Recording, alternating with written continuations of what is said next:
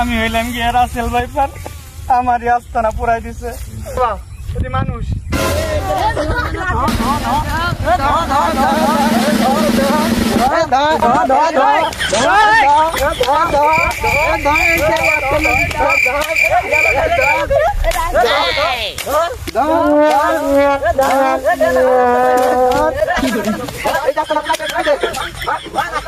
সবকিছু ভালো ভালো আছে, সবকিছু সবাই সবার মতন চলবে চলবে।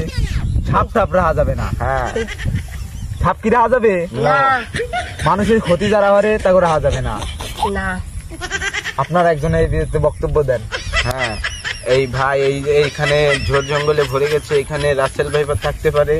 এইখান থেকে এই যে ঝোড় জঙ্গল পরিষ্কার করতে হবে, কিন্তু এখানে ঝোড় জঙ্গল পরিষ্কার করতে হলে যদি একটা রাসেল ভাইপার দেখা যায়